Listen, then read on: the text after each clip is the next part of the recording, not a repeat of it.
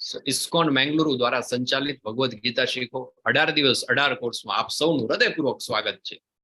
પરમ પૂજ્ય નામનિષ્ઠાદાસ પ્રભુ એમના માર્ગદર્શનથી, એમની પ્રેરણાથી, એમના આદેશથી આપણે બધા સાથે મળી અને આજે અભ્યાસ કરીશું ચેપ્ટર નંબર 6, અધ્યાય 6. આપણે વાત કરી હતી અધ્યાય 6 જે છે એક ક્રિટિકલ ટર્નિંગ પોઈન્ટ છે બે કારણથી. એક, ટોટલ ભગવદ્ ગીતામાં 18 અધ્યાય છે, એને 3 ભાગમાં વહેંચવામાં આવ્યા છે, 6, 6 અને 6. એમાંથી પહેલા 6 અધ્યાય જે છે એ શેના છે? એનીબડી? 3 પાર્ટમાં જે ડિવાઈડ કરવામાં આવ્યું છે, ડિવિઝન કર્મયોગ. કર્મયોગ. હા, યસ, કરેક્ટ. તો પહેલા 6 અધ્યાય છે કર્મયોગના. તો 6થા અધ્યાય સાથે કર્મયોગ જે છે પૂરું થાય છે અને નેક્સ્ટ જે છે બાકીના 6 અધ્યાય એની સાથે ભક્તિ યોગનો આરંભ થાય છે. તો it is a turning point. Another thing, turning point, જે લોકો 6 દિવસ ક્લાસ એટેન્ડ કરે છે એ લગભગ એવું એક અમારું ઓબ્ઝર્વેશન છે કે 18 દિવસનો કોર્સ પૂરો કરે છે. સો 6 દિવસ થતા લોકો ઓછા થતા જાય, પણ જે 6 દિવસ ટકી ગયા એ વિકેટ પછી પડતી નથી 18 દિવસ સુધી. So you all are very much blessed. મને ખૂબ આનંદ છે તમને બધાને જોઈને કે તમે બધા દ્રઢ ઉત્સાહથી, નિશ્ચયથી અને ધૈર્યથી આજે 6થા દિવસે પણ આ કોર્સમાં જોડાયા છો. Otherwise it is very difficult.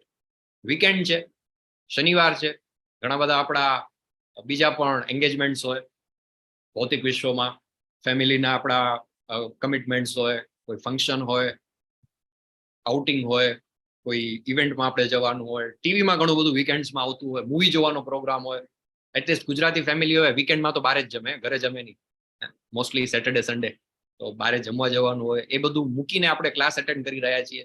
So I really salute, બહુ જ હૃદયપૂર્વક અભિનંદન કરું છું તમારા બધાના ઉત્સાહને, નિશ્ચયને. ગઈકાલે આપણે જોયું, પ્રભુને મેં પ્રશ્ન પૂછ્યો, આઈ થિંક શૈલેષ ભટ્ટ પ્રભુ હતા, તો હી વોઝ ડ્રાઇવિંગ 2 વ્હીલર અને ક્વેશ્ચન પૂછ્યો તો એમણે બાઇક ઊભું રાખીને સાઈડમાં લઈને. એટલે કેટલી બધું મતલબ ખરેખર કે તમે બાઇક ચલાવતા કે 2 વ્હીલર ચલાવતા પણ ભગવદ્ ગીતાનો ક્લાસ મિસ નથી કરતા.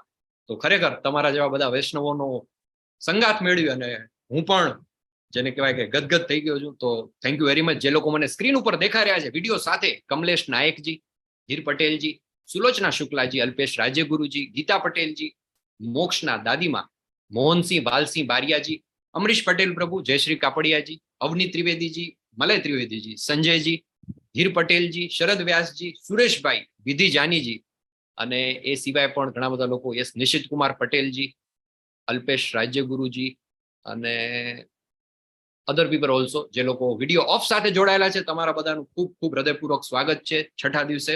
Let us start. 6થો અધ્યાય આપણે સ્ટાર્ટ કરીએ છીએ. ચેટ બોક્સમાં લખવાનું છે ત્યાં સુધી આપણે મંગલાચરણ કરીએ ત્યાં સુધી. તમે લોકોએ ભગવાનને ભોગમાં શું ધરાવ્યું છે? વીકેન્ડમાં રજા તો નથી રાખી ને? ભાઈ અમારું તો રસોડું બંધ છે એટલે ભગવાનને રસોડું બંધ. હા, એવું ના કરતા હો. જો તમારો જમવાનો પ્રોગ્રામ બારે હોય તો અમારા કાનાજીને ભૂખ્યા ના રાખતા તમે. એમને એટલીસ્ટ આપણો કદાચ બારે પ્રોગ્રામ હોય તો એમના માટે આપણે ફ્રૂટ કે દૂધ કે જલ કે એ તો આપણે ધરાવી જ શકીએ. એ તો ડેફિનેટલી આપણે ધરાવવું જોઈએ. બધું રેકોર્ડમાં નોટ થતું હોય છે. આપણને એમ થાય કે ભાઈ આ બધું શું છે, ચાલ ને 2 દિવસ નહીં જમાડીએ તો ચાલશે. ખાલી ભગવાનને પેલું ભલે ફૂલ થાળી નહીં તો એટલીસ્ટ કંઈક તો જમાડવું જ જોઈએ. બરાબર? તો યસ, ચેટ બોક્સમાં તમે બધા લખજો કે તમે ભગવાનને ભોગમાં શું ધરાવ્યું છે. Yes, will see after the class. અને આપણે વિલ સ્ટાર્ટ વિથ મંગલાચરણ. મંગળતાની કામના કરીએ આપણે ચૈતન્ય મહાપ્રભુને, ગુરુઓને, ભગવાન શ્રી કૃષ્ણને, બધા વૈષ્ણવોને આપણે વિનંતી કરીએ કે તમે અમારા પર તમારી જે ઓસ્પિયસનેસ છે, તમારી જે કૃપા છે એ અમારા પર સદાય વરસાવતા રહો. શ્રી શ્રી રાધા ગોવિંદ કી જય, ગૌર નિતાઈ કી જય, નરસિંહ દેવ કી જય. ઓમ અજ્ઞાનમ તિમિરાંધસ્ય જ્ઞાનાંજન શલાકયા ચક્ષુરુન્મિલિતમ યેન તસ્મૈ શ્રી ગુરુવે નમઃ. કોને વંદન કરું છું? કે જે મને અજ્ઞાન રૂપી અંધકારમાંથી બહાર કાઢે છે. અજ્ઞાન તિમિરાંધસ્ય જ્ઞાનાંજન શલાકયા, જ્ઞાનની ટોર્ચ લઈને, બેટરી લઈને મારા અંધારાના જે રસ્તા ઉપર જે મને પ્રકાશ આપે છે એવા ગુરુના ચરણોમાં હું વંદન કરું છું.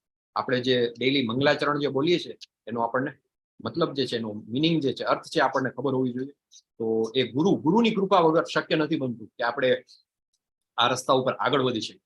પછી હું વંદન કરું છું. કોને કરું છું? શ્રી ચૈતન્ય મનોભીષ્ટમ સ્થાપિતમ યેન ભૂતલે સ્વયં રૂપ કદામયમ દદાતિ સ્વપદાંતિકમ વંદેહમ શ્રી ગુરુ શ્રી યુતપદ કમલમ શ્રી ગુરુન વૈષ્ણવાશ્ચ શ્રી રૂપમ સાગ્ર જાતમ સગણ રઘુનાથાન્વિતમ તમ સજીવમ સાદ્વૈતમ સાવધૂતમ પરિજન સહિતમ કૃષ્ણ ચૈતન્ય દેવમ શ્રી રાધા કૃષ્ણ પાદાન સગણ લલિતા શ્રી વિશાખાન્વિતાશ્ચ હે કૃષ્ણ કરુણા સિંધો દીનબંધો જગતપતે ગોપેશ ગોપિકા કાંત રાધા કાંત નમોસ્તુતે તપ્ત કાંચન ગૌરાંગી શ્રી રાધે વૃંદાવનેશ્વરી વૃષભાનુસ્તુતે દેવી પ્રણમામી હરિપ્રિયે વાંછાકલ્પ તરુભ્યશ્ચ કૃપા સિંધુ એવ ચ પતિતાનામ પાવનેભ્યો વૈષ્ણવેભ્યો નમો નમઃ. જય શ્રી કૃષ્ણ ચૈતન્ય પ્રભુ નિત્યાનંદ શ્રી અદ્વૈત ગદાધર શ્રીવાસાદિ ગૌર ભક્ત વૃંદા હરે કૃષ્ણ કૃષ્ણ કૃષ્ણ હરે હરે હરે રામ રામ રામ હરે હરે હરે Krishna. Yes, again welcome everybody.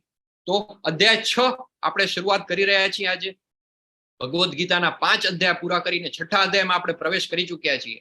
Yes, 6થા અધ્યાયનું નામ શું છે એ ચેટ બોક્સમાં લખવાનું છે.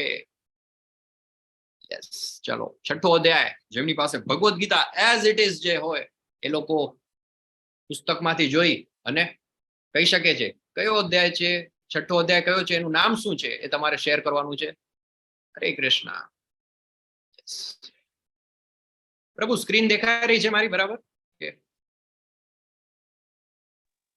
અત્યારે શેરિંગ નથી પ્રભુ. અચ્છા, ઓકે. વિડીયો બરાબર છે ને? હા, વિડીયો ઓકે છે. Okay, yes. ચલો અધ્યાય 6 નું નામ લખવાનું છે. ચેટ બોક્સમાં એટલીસ્ટ 10% લોકોના જવાબ આવવા જોઈએ તો આપણે આગળ વધીશું. હા, 10% મિનિમમ. ચાલો, થોડી જરાક આળસ ઉડાડો, હાથ પગ હલાવો થોડા. હા, ટાઈપ જ કરવાનું છે ખાલી. યસ, 6થા અધ્યાયનું નામ યસ ધ્યાન યોગ. હા, કહીએ તો લખો. આમ નહીતર એમ ચાલો જવા દો ને, બીજું કોઈ લખી નાખશે. હું નહીં લખું તો ચાલશે, પણ તમે જયારે લખો છો ને ત્યારે આપણે છે ને જેટલી આપણી ઇન્દ્રિય છે ને એને ઇન્વોલ્વ કરીએ ને એટલું આપણું લર્નિંગ પણ ફાસ્ટ થાય અને એટલું આપણું ભક્તિના માર્ગ ઉપરની આપણી જર્ની પણ એકદમ ક્વિક થઈ જાય.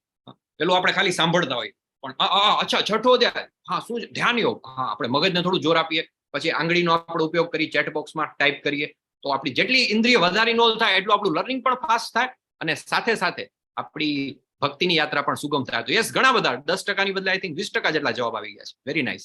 તો યસ, ધ્યાન યોગ. તો હવે બીજો પ્રશ્ન છે, ધ્યાન એટલે શું? ચલો, ધ્યાનની વ્યાખ્યા આપવાની છે. હેન્ડ રેઝ કરજો.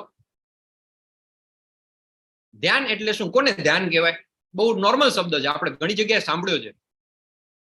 નાનપણથી આપણે મોટા થયા ત્યાં સુધી ઘણી જગ્યાએ આપણે એક શબ્દ સાંભળ્યો છે, ધ્યાન.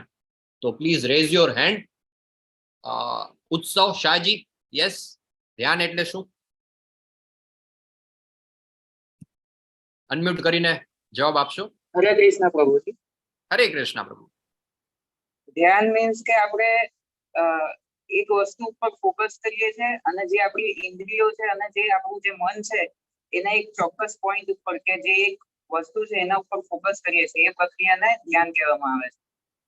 Okay, very nice. હરી બોલ. તમારું કેવું એવું છે? હરે કૃષ્ણ. તમારું કેવું એવું છે કે ધ્યાન એટલે ફોકસ, આપણે એક જગ્યાએ બધું પેલું કઈ બરાબર છે? Very nice. ચલો, આમાં પણ આપણે 10% જવાબ જોઈએ છે. હેન્ડ રેઝ કરવાનો છે. હેન્ડ રેઝ નહીં કરો તો પછી હું ઇન્ડિવિજ્યુઅલી બધાને એક એકને પકડીને મારે પૂછવું પડશે. ધ્યાન એટલે શું? મને ખબર પડે કે તમારા માઇન્ડમાં ધ્યાનની વ્યાખ્યા શું છે તો હું સમજી શકું અને may be I will try to explain it better.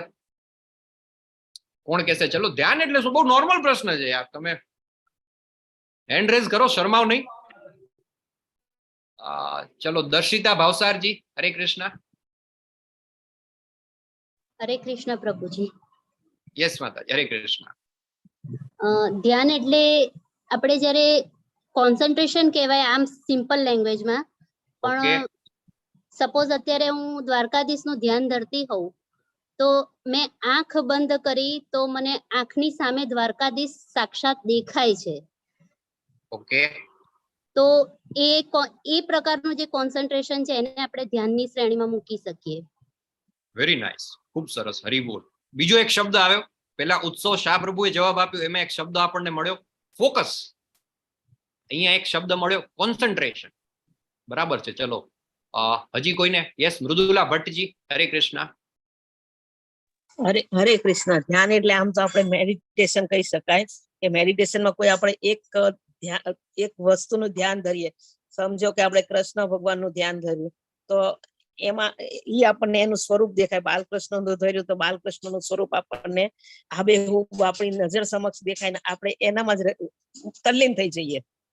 તો એને બી ધ્યાન કહી શકાય છે અને એની મેડિટેશન ન થાય છે. હરે કૃષ્ણ. ખૂબ સરસ. હરે Yes. કૃષ્ણ પ્રભુ. એક નવો શબ્દ આવ્યો, હા, મેડિટેશન. ચલો, ધ્યાન એટલે ફોકસ, ધ્યાન એટલે કોન્સન્ટ્રેશન, ધ્યાન એટલે મેડિટેશન. બરાબર છે. ગાડી આપણી ટ્રેક ઉપર ચડી રહી છે ધીમે ધીમે. હજી કોઈ એડ કરવું છે કોઈને? 6-7 લોકો સાથે કમસે કમ વાત કરીએ તો આપણને ખબર પડે કે પહેલા તો ધ્યાન એટલે આપણે શું સમજતા હોઈએ છીએ, આપણી ધ્યાનની ડેફિનેશન શું છે. કોને પૂછશું હવે? ચલો, વિલિંગલી તો કોઈ હવે નથી બોલતું, તો લેટ મી આસ્ક અનવિલિંગલી. યસ, વિધિ જાનીજી. હરે કૃષ્ણ. હરે કૃષ્ણ પ્રભુજી. યસ. પ્રભુજી, મારા હિસાબે ધ્યાન મતલબ આપણે આપણી આજુબાજુની જેટલી બી વસ્તુઓ છે ત્યાંથી આપણું ધ્યાન હટાઈને આપણે એક જ પોઈન્ટ ઉપર જ્યારે આપણે કોન્સન્ટ્રેટ કરીએ કે ભગવાનમાં આપણે આપણું મન લગાવીને ધ્યાન કરીએ, એને ધ્યાન કહેવાય. ઓકે. બધી જ આપણે આસપાસથી બધું ડિસ્ટ્રેક્શન છે બધા આવે છે એ હટાવી દઈએ અને ફરી પાછો કોન્સન્ટ્રેશન. યસ, તો એને ધ્યાન કહેવાય. કોઈને આમાં કંઈ એડ કરવું છે? ભગવાનમાં મન સ્થિર રાખીને ધ્યાન કરીએ એ ધ્યાન કહેવાય.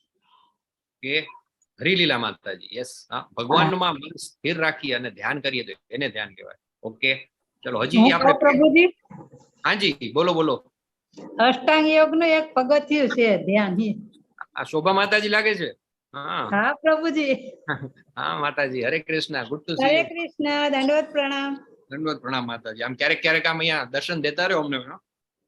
તો યસ, અષ્ટાંગ યોગના અલગ અલગ તબક્કા છે. એમાંનો એક છે શોભા માતાજી અમારા ભક્તિ શાસ્ત્રીના સ્ટુડન્ટ છે. ભક્તિ શાસ્ત્રી એ વળી શું છે? ભક્તિ શાસ્ત્રી એટલે લેવલ 1 નો જે કોર્સ તમે કરી રહ્યા છો ને અત્યારે આપણે બધા સાથે મળીને, તો એમ લેવલ 2, 3, 4 અને લેવલ 5 જે છે એને ભક્તિ શાસ્ત્રી કહેવાય છે. લેવલ 1 માં આપણે 18 દિવસમાં ભગવદ્ ગીતા શીખતા હોઈએ છીએ. લેવલ 2 માં 18 અઠવાડિયામાં ભગવદ્ ગીતા શીખીએ છીએ. લેવલ 3 જે છે એમાં આપણે બીજા પુસ્તકો જે છે અપાર્ટ ફ્રોમ ભગવદ્ ગીતા, એનઓડી જેને નેક્ટર ઓફ ડિવોશન કહેવાય છે, ભક્તિ રસામૃત સિંધુ, પછી ઉપદેશામૃત, ઈશોપનિષદ, આ બધા પુસ્તકોનો સ્ટડી કરીએ છીએ. લેવલ 4 માં પ્રેઝન્ટેશન આપીએ છીએ. ભગવદ્ ગીતા આપણે શીખીએ છીએ, સાથે સાથે આપણે એને કઈ રીતે પ્રેઝન્ટ કરવું એ. અને પછી લેવલ 5 1.5 થી 2 વર્ષનો કોર્સ છે ભક્તિ શાસ્ત્રી, જેમાં સેમ ભગવદ્ ગીતા અને એનઓડી ના જ બધા પુસ્તકો પણ આપણે ડિટેલમાં 1.5 વર્ષે શીખતા હોઈએ છીએ. એક અધ્યાય લગભગ 1 મહિનો ચાલે. તો એ લેવલ 5 માં ઘણા બધા આમાંથી અમરીશ પટેલ પ્રભુ છે, પછી આઈ થિંક બેલા માતાજી આજે નથી આવ્યા, શોભા માતાજી છે, ગીતા માતાજી છે, આ બધા લેવલ 5 ના સ્ટુડન્ટ છે. તો યસ, અષ્ટાંગ યોગનો એક તબક્કો છે, એને પણ ધ્યાન કહેવાય છે. તો ધ્યાન છે, આપણી અલગ અલગ બધી વ્યાખ્યા છે. હવે ભગવદ્ ગીતા ધ્યાન વિશે શું કહે છે? પ્રભુ તમે સ્લાઇડ શેર કરી શકશો? આજે મારે થોડો ઇશ્યુ આવી રહ્યો છે સ્ક્રીન શેરિંગ. ઓકે પ્રભુ, ટ્રાય કરું છું. પ્રભુજી, અષ્ટાંગ યોગ એટલે શું? હાજી, આપણે એના વિશે જ આજે ભગવદ્ ગીતા જે છે ને 6ઠો અધ્યાય, એમાં પ્રભુ આપણને અષ્ટાંગ યોગ વિશે સમજાવશે. મહર્ષિ પતંજલિનું નામ તમે સાંભળ્યું હશે, જેમના પતંજલિ એમણે એક યોગ સૂત્ર લખ્યું છે. બરાબર, એટલે યોગ વિદ્યાના પ્રણેતા છે, બહુ મોટા એક ઋષિ થઈ ગયા. એમણે અષ્ટાંગ યોગ ઉપર આખું પોતાનું જે સ્ટડી છે એને પતંજલિ સૂત્રમાં લખ્યું છે. અને અષ્ટાંગ યોગ એટલે અષ્ટ એટલે સંસ્કૃત શબ્દ છે. અષ્ટ એટલે 8. હા, બધા હોશિયાર છે ભાઈ. અષ્ટ એટલે 8. તો આપણે કહીએ અષ્ટ ધાતુની મૂર્તિ હોય છે, પછી અષ્ટ સિદ્ધિ હોય, અષ્ટ સિદ્ધિનો નિધિ કે દાતા. કોના માટે આપણે કહીએ છીએ? હનુમાનજી માટે. અષ્ટ સિદ્ધિનો નિધિ કે દાતા, અસવર દીન જાનકી માતા, રામ રસાયન તુમરે પાસા, સદા રહો રઘુપતિ કે દાસ. યસ, ભગવાનના પરમ ભક્ત હનુમાનજીને આપણે યાદ કર્યા. તો યસ, અષ્ટ એટલે 8. તો અષ્ટ અંગ યોગ એટલે કે 8 એના અંગ છે યોગના. કયા 8 અંગ છે? તો એ 8 અંગ છે યમ, નિયમ, આસન, પ્રાણાયામ, પ્રત્યાહાર, ધારણા, ધ્યાન અને સમાધિ. આ 8 એના અંગ છે. અમરીશ પ્રભુ આપણી સાથે સ્લાઇડ શેર કરે છે, એમાં સ્લાઇડમાં આપણે જોઈશું. પણ યમ નિયમ આસન પ્રાણાયામ પ્રત્યાહાર ધારણા ધ્યાન સમાધિ આ એના 8 અંગ છે. હવે થાય છે કેવું ખબર છે? ધ્યાન એટલે શું આપણે જોયું, યોગ એટલે આપણે ગઈકાલે જોયું હતું. યોગની શું વ્યાખ્યા હતી? પ્રભુ સાથે જોડાવું. જોડાવું. એટલે હવે ધ્યાન યોગની વ્યાખ્યા કરવી હોય તો શું થાય? ધ્યાન યોગ, હવે બેને કમ્બાઈન કરો તો શું થાય? ભગવાન સાથે ધ્યાનપૂર્વક જોડાવું. ભગવાન સાથે ધ્યાનપૂર્વક જોડાવું. તો આ ધ્યાન યોગ છે અને અષ્ટાંગ યોગ પણ એને કહે છે. તો એ અષ્ટાંગ યોગના 8 સ્ટેપ છે. પહેલું છે યમ, પછી નિયમ, પછી આસન, પ્રાણાયામ. હવે આપણે યોગ એટલે બેઝિકલી યોગની ડેફિનેશન આપણી કેવી છે? બરાબર, તમે યોગ કરવા જાઓ તો સૌથી પહેલા યોગમાં શું કરો?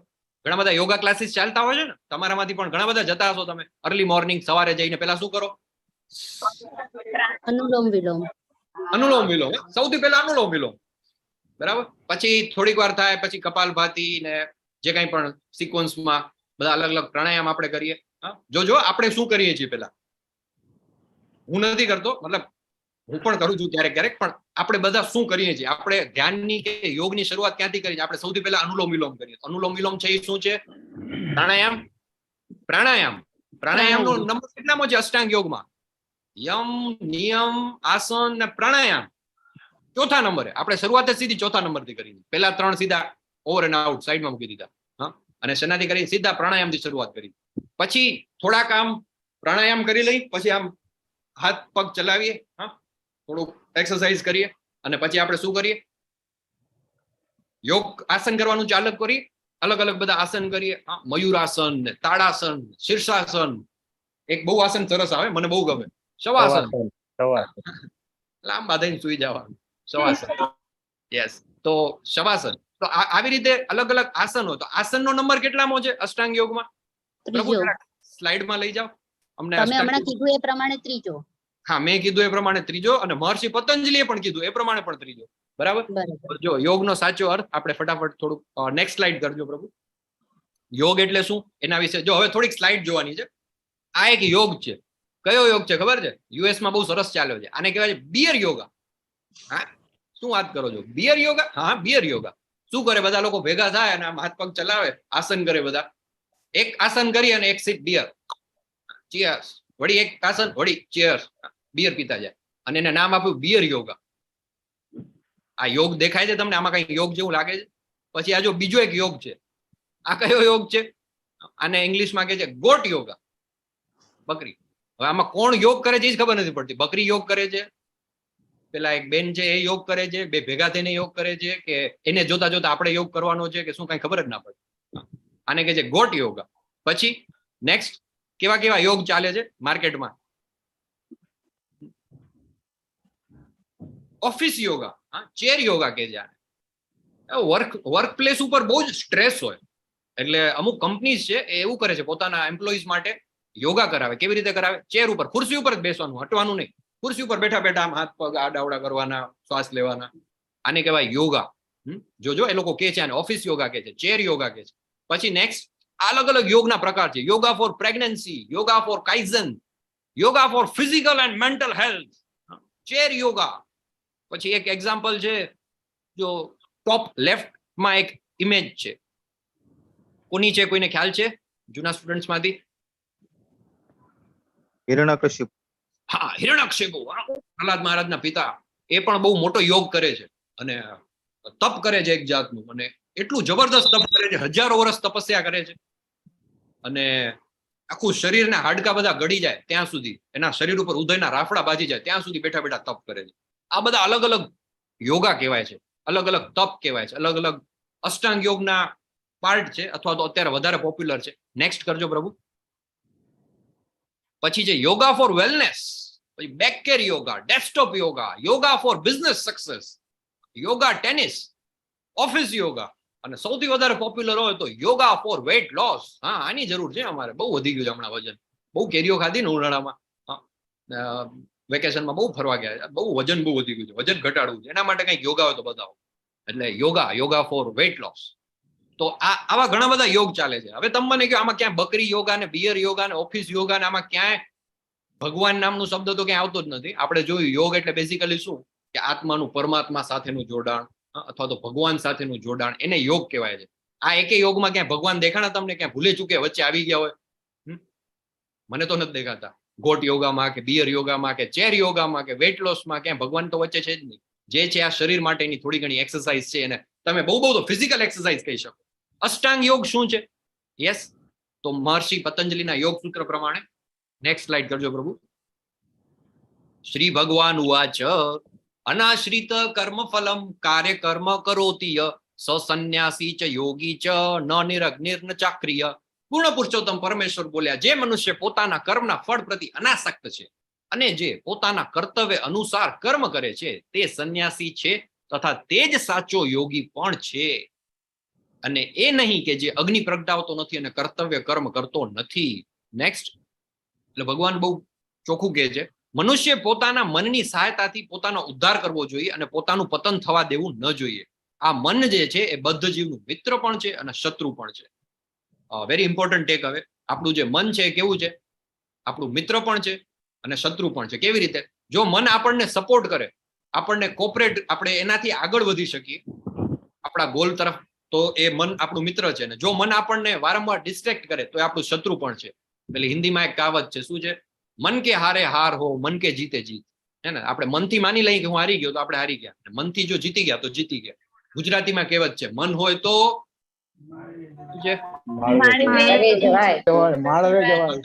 એટલે બધું મન. ભગવાન કહે છે કે મન છે મિત્ર પણ છે અને મન છે શું છે? શત્રુ પણ છે. નેક્સ્ટ. તો યોગ અને ભોગ એના વચ્ચેનો તફાવત. નેક્સ્ટ સ્લાઇડ કરજો પ્રભુ. જેને મન પર વિજય મેળવ્યો છે તેને માટે મન સર્વશ્રેષ્ઠ મિત્ર છે, પણ જે આમ કરવામાં નિષ્ફળ નીવડ્યો છે તેને માટે મન સૌથી મોટો શત્રુ છે. બરાબર. નેક્સ્ટ. અષ્ટ અંગ યોગ, 8 અંગ. યોગના 8 અંગ શું છે? નેક્સ્ટ. તો આપણે જોયું એ પ્રમાણે યમ, નિયમ, આસન, પ્રાણાયામ, પ્રત્યાહાર, ધારણા, ધ્યાન અને સમાધિ. હવે બેઝિકલી જે પતંજલિનું જે યોગ સૂત્ર છે એના પ્રમાણે આ એના 8 અંગ છે. અને એ 8 અંગ એમને રેન્ડમલી નથી બનાવી લીધા કે તમને મન પડ્યું ચાલો એક કામ કરીએ, લેટ મી સ્ટાર્ટ ફ્રોમ સમાધિ. એમ ન ચાલે. સીધું તમે સમાધિમાં જાઓ તો ન ચાલે. તમે એમ કે ના હું પ્રત્યાહારથી સ્ટાર્ટ કરીશ, એ પણ ના ચાલે.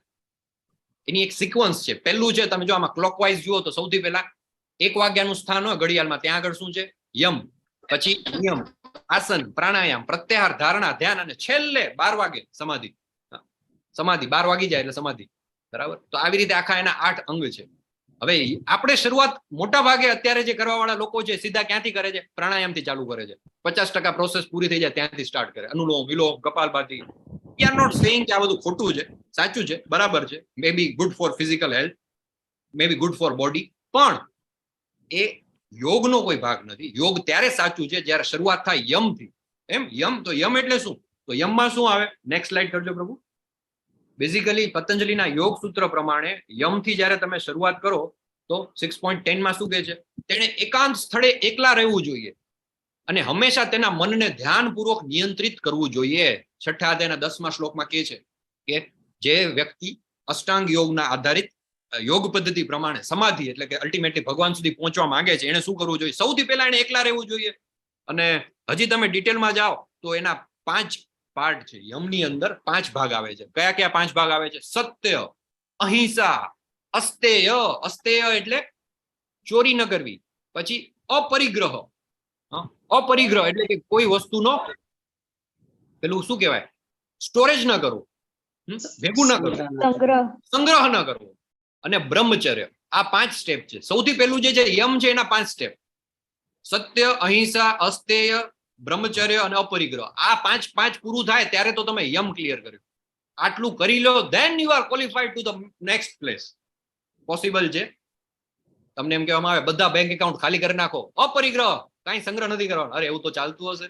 હા, મારે તો આટલાની તો એફડી છે ને, આટલા મ્યુચ્યુઅલ ફંડમાં છે ને, આટલા પ્લોટ પડ્યા છે ને, આટલા દાગીના છે, બધું છોડી દેવાનું. Not possible. તો અપરિગ્રહ પોસિબલ નથી. બ્રહ્મચર્ય બહુ જ અઘરું છે ગૃહસ્થ માટે. અસ્તેય ચોરી ન કરવી. સત્ય હંમેશા સત્ય બોલવું.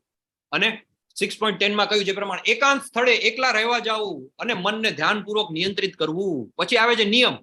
તો નિયમમાં શું છે? જે મનુષ્ય અતિશય આહાર લે છે અથવા બિલકુલ આહાર લેતો નથી, જે અતિશય ઊંઘે છે કે પૂરી ઊંઘ લેતો નથી, તેને માટે યોગી થવાની શક્યતા નથી. તો આ પણ બહુ અઘરું છે. નિયમ. નિયમના પણ 5 પાર્ટ આવે છે.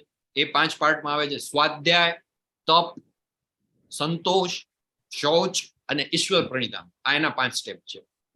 એટલે એના આધારે તમે આહાર વિહાર નિદ્રા કાર્ય કરવાની આદતો આ બધું તમારે મેન્ટેન કરવું પડે એકદમ. શૌચ એટલે કે શુદ્ધતા. શુદ્ધતા એટલે શરીરની શુદ્ધિ, મનની શુદ્ધિ, પછી સંતોષ, એના પછી તપ, પછી સ્વાધ્યાય અને પછી ઈશ્વર પ્રણિધાન. આ 5 સ્ટેપ છે નિયમના. તો એ પૂરેપૂરા તમે ફોલો કરો એટલે પેલું તમે સત્ય, અહિંસા, બ્રહ્મચર્ય, અસ્તેય, અપરિગ્રહ, શૌચ, તપ, સ્વાધ્યાય, સંતોષ અને ઈશ્વર પ્રણિધાન, આ 10 સ્ટેપ પૂરા કરો ત્યારે you are qualified to move to the next. અને એ ત્રીજું શું છે? યમ, નિયમ, પછી આસન. નેક્સ્ટ. તો આસન એટલે કુશાઘાસને જમીન પર પાથરવું, પછી તેને મૃગચર્મથી ઢાંકી ઉપર સુવાળું વસ્ત્ર પાથરવું. આસન બહુ ઊંચું કે નીચું ન હોવું જોઈએ, તે પવિત્ર સ્થાનમાં હોવું જોઈએ. અને પછી યોગીએ તેના ઉપર સ્થિર બેસીને આસન ગ્રહણ કરવું જોઈએ. નેક્સ્ટ. આટલું થઈ જાય એના પછી 13મા અને 14મા શ્લોકમાં યોગીએ પોતાનું શરીર, ગરદન, માથું સીધું ટટાર રાખવું જોઈએ અને નાકના અગ્રભાગ પર દ્રષ્ટિ સ્થિર રાખવી. આ પ્રમાણે તે સ્થિર તથા સંયમિત મનથી, ભયરહિત તથા વિષયો અને જીવનથી સંપૂર્ણ રીતે મુક્ત થઈ મનુષ્યના અંતકરણમાં મારું ચિંતન કરવું જોઈએ અને મને જ પોતાનું અંતિમ ધ્યેય માનવું જોઈએ. ભગવદ ગીતા 6ઠો અધ્યાય 13મો અને 14મો શ્લોક. આટલું થઈ જાય પછી પ્રાણાયામ એટલે પેલું જે આપણે અનુલોમ વિલોમ ને બધું કરીએ છીએ, ભ્રમરની વચ્ચે કેન્દ્રિત કરી શ્વાસ તથા ઉચ્છ્વાસને નસકોરાની અંદર રોકી અને એ રીતે મન, બુદ્ધિ તથા ઇન્દ્રિયના વશમાં રાખી મોક્ષ પ્રતિ લક્ષ્ય રાખનાર યોગી ઈચ્છા, ભય તથા ક્રોધથી રહિત થઈ જાય છે. આવી અવસ્થામાં સતત રહેનારો યોગી નિસંદેહ મુક્ત હોય છે. નેક્સ્ટ. અને પછી આવે છે પ્રત્યાહાર. પ્રત્યાહાર એટલે ઇંગ્લિશમાં આપણે કહી શકીએ કે ડિટેચમેન્ટ, એક જાતનો આમ સંન્યાસ લેવા પ્રત્યેની શરૂઆત જે વાનપ્રસ્થમાં આપણે કરતા હોઈએ. શરીર, મન તથા કર્મમાં બધા હરમેશ સંયમનો અભ્યાસ કરતો સંયમિત મનવાળો યોગી આ ભૌતિક અસ્તિત્વ સમાપ્ત થયે ભગવત ધામને પ્રાપ્ત કરે છે. નેક્સ્ટ. જ્યારે યોગી યમ, નિયમ, આસન, પ્રાણાયામ, પ્રત્યાહાર, હવે ધારણા. ધારણા એટલે ઇટ્સ અ કાઇન્ડ ઓફ પેલું જે કોન્સન્ટ્રેશન આપણે કહેતા હતા એના ઉપર ધીમે ધીમે આપણે આવી જઈએ. જ્યારે યોગી યોગાભ્યાસ દ્વારા પોતાના માનસિક કાર્યોને સંયમિત કરી લે છે અને અધ્યાત્મમાં સ્થિત થઈ જાય છે, અર્થાત સર્વ ભૌતિક ઈચ્છાઓથી રહિત થઈ જાય છે, ત્યારે તે યોગમાં સ્થિર કહેવાય છે. નેક્સ્ટ.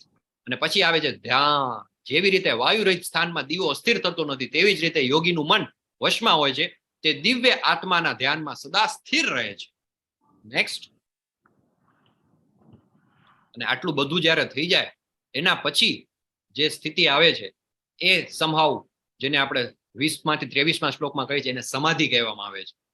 એ સમાધિની જે અવસ્થા છે એની અંદર ખરેખર મનુષ્ય છે એ મોટામાં મોટી વિપત્તિમાં પણ વિચલિત થતો નથી. સમાધિની આ અવસ્થા એ જ તો ભૌતિક સંસર્ગમાંથી ઉપજતા સર્વ દુઃખોમાંથી પ્રાપ્ત થતી વાસ્તવિક મુક્તિ છે. Next slide. ને અર્જુન ઉવાચ. હવે આટલું બધું સાંભળ્યા પછી અર્જુનજી શું કહે છે ખબર છે? હે મધુસૂદન, આપે જે યોગ પદ્ધતિ સંક્ષેપમાં વર્ણવી છે તે મને અવ્યવહારુ તથા નભાવી ન શકાય એવી લાગે છે, કારણ કે મન ચંચળ તથા અસ્થિર હોય છે. પ્રભુ જરા અનશેર કરજો થોડી વાર. તો કળિયુગમાં અષ્ટાંગ યોગનો અભ્યાસ કરવો કેમ મુશ્કેલ છે તે સમજાવો.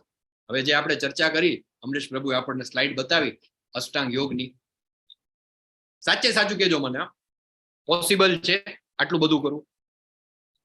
પેલા તો આપણે સીધા પેલા શેનાથી ચાલુ કરી દેતા હોઈએ છીએ? અનુલોમ વિલોમ ને પ્રાણાયામ એનાથી કરતા હોય છે. મારે અહીંયા એક પડોશી છે, આઈ હોપ કે સાંભળતા ન હોય, યુટ્યુબ ઉપર જોતા ન હોય લાઈવ, એમનું વજન 110-120 કિલો જેટલું છે.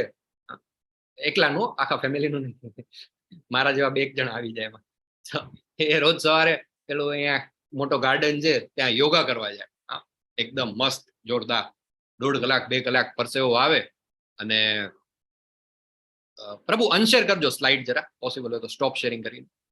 તો યોગા કરે એકદમ, બહુ કઠિન મહેનત કરી અને શું કરે તો બધા આસન કરે, પ્રાણાયામ કરે અને એટલું બધું યોગ કરી અને આવે.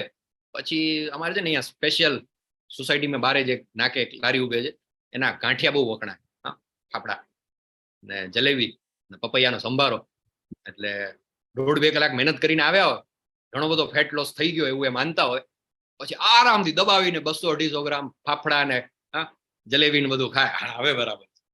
છેલ્લા 4 વર્ષથી તો હું જોઉં છું એમના વજનમાં 10-20 ગ્રામનો ફરક પડ્યો. નથી. હા, અને બધા યોગા ક્લાસ ને બધું કરે છે રેગ્યુલર એમ બધું. તમે બધી શિબિરમાં પણ જાય ને એકાદ જગ્યાએ તો કોઈક નામ નહીં લઉં પણ કોઈ એક સંસ્થા છે એના યોગ ટીચર પણ છે, બીજાને પણ યોગ શીખાડે.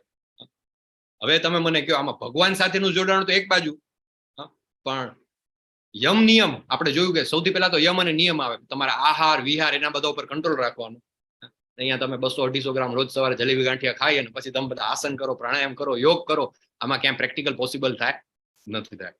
આ રસ્તો અઘરો છે ને એવો આપણા માટે નહીં. અર્જુનજી પોતે, અર્જુનજીએ કહી દીધું, મેં તમને પહેલા પણ કહ્યું આપણા શાસ્ત્રોમાં છૂટ છે ડિસએગ્રીમેન્ટની. ભગવાને કહ્યું અષ્ટાંગ યોગ એટલે શું, તો 6.1 થી ચાલુ કરીને લગભગ 20, 22, 23 શ્લોક સુધી ભગવાને બતાવ્યું અષ્ટાંગ યોગ આવો છે. અર્જુનજી કે 1 મિનિટ, હા ભાઈ, આ તમે બધું કહો છો ને પ્રેક્ટિકલ પોસિબલ નથી આટલું બધું. તો કુશા ઘાસ ના પેલા આસન ઉપર બેસવું ને એકલા જઈને રહેવું. આપણે અહીંયા રહેતા હોઈએ, ક્યાં રહેતા હોઈએ આપણે, અમદાવાદમાં, મુંબઈમાં, પૂનામાં, જામનગરમાં, રાજકોટમાં, ચંદીગઢમાં, દિલ્હીમાં, દુબઈમાં રહેતા હોઈએ. અને આમાં તો શું કરવાનું, તો કે એકાંત સ્થળમાં જઈ. એકાંત સ્થળ એટલે પેલું જે વિપશ્યનાની શિબિરો છે ને એવી રીતે. એકાંત સ્થળ એટલે ઘણા કે હું મારા રૂમમાં એકલો જોઉં છું, પણ વેબ સિરીઝ જોતો હું મોબાઈલ ચાલુ કરીને, એમ નહીં. એકલા એટલે સાવ એકલા, પછી નો મોબાઈલ, નો નેટવર્ક, નો બુક્સ, નો પર્સન, નથિંગ. અને શું કરવાનું, ડેઈલી રોજ સવારે અમદાવાદ એરપોર્ટ થી જઈ ફ્લાઇટ પકડવાની. ક્યાંની, તો કે દહેરાદૂનની. ત્યાંથી પછી ઉપર જવાનું ગંગોત્રી યમનોત્રી, ત્યાં જઈ 1 કલાક ધ્યાન કરવાનું, પાછી સાંજની ફ્લાઇટમાં બેસીને પાછા આવી જવાનું, પછી નોકરી ધંધે જવાનું. પોસિબલ છે? નથી પોસિબલ. કળિયુગની અંદર આટલું બધું અષ્ટાંગ યોગ વાળું જે ધ્યાન છે એ અઘરું છે. અને એવું હું નથી કહેતો, એવું કોણ કહે છે? કળિયુગમાં નહીં, દ્વાપર યુગની અંદર અર્જુનજી જ કહી દે છે. શું કહે છે કે આ ભાઈ તમે કહ્યું પણ આ મને જ્ઞાન કેવું લાગે છે, અવ્યવહારુ લાગે છે, પ્રેક્ટિકલ લાગતું નથી. યસ પ્રભુ, સ્લાઇડ શેર કરજો. તો અષ્ટાંગ યોગનું જ્ઞાન છે એ બેઝિકલી શેના માટે બન્યું હતું? આપણે શાસ્ત્રોમાં જોયું હતું કે અલગ અલગ યુગ પ્રમાણે અલગ અલગ ધર્મ છે. 4 અલગ અલગ યુગ છે. કયા કયા 4 યુગ છે? ચલો ચેટ બોક્સમાં લખો અથવા તો હેન્ડ રેઝ કરીને કહો. 4 યુગના નામ બોલવાના છે. યસ, મલય ત્રિવેદીજી, આશુતોષ ત્રિવેદીજી. હા, સત્યયુગ, દ્વાપર યુગ, ત્રેતા યુગ અને કળિયુગ. સતયુગ, ત્રેતાયુગ, દ્વાપર યુગ અને કળિયુગ. હરી બોલ, વેરી નાઇસ. યસ, તો આ 4 યુગ છે. એ યુગ ધર્મ ઉપર આવીએ. પણ હવે આપણે અહીંયા એ સમજવાનું છે કે આપણા માટે નહીં. અર્જુનજી એમ કહી દે છે કે આ બધું અઘરું છે, અવ્યવહારુ છે. હવે અર્જુનજી કોણ હતા? તો અર્જુનજી, આ ચિત્ર આપણે જોયું છે આની પહેલા પણ એકવાર, નાનપણની અંદર જ્યારે ગુરુકુળમાં ગુરુ દ્રોણ પાસે શિક્ષા લેતા હતા, તો ગુરુ દ્રોણ બધા શિષ્યોને કહે છે કે સામે પેલા ઝાડ ઉપર જો એક છે પેલું પક્ષી, એની તમારે આંખ વીંધવાની છે. હવે તમે મને કહો તમને સામે શું દેખાય છે? તો કોઈ કે મને ઝાડ દેખાય છે. ભીમસેન હોય તો ભીમસેનને તો શું દેખાય બધી જગ્યાએ? ફળ, ફૂલ જ દેખાય, ફળ જ દેખાય.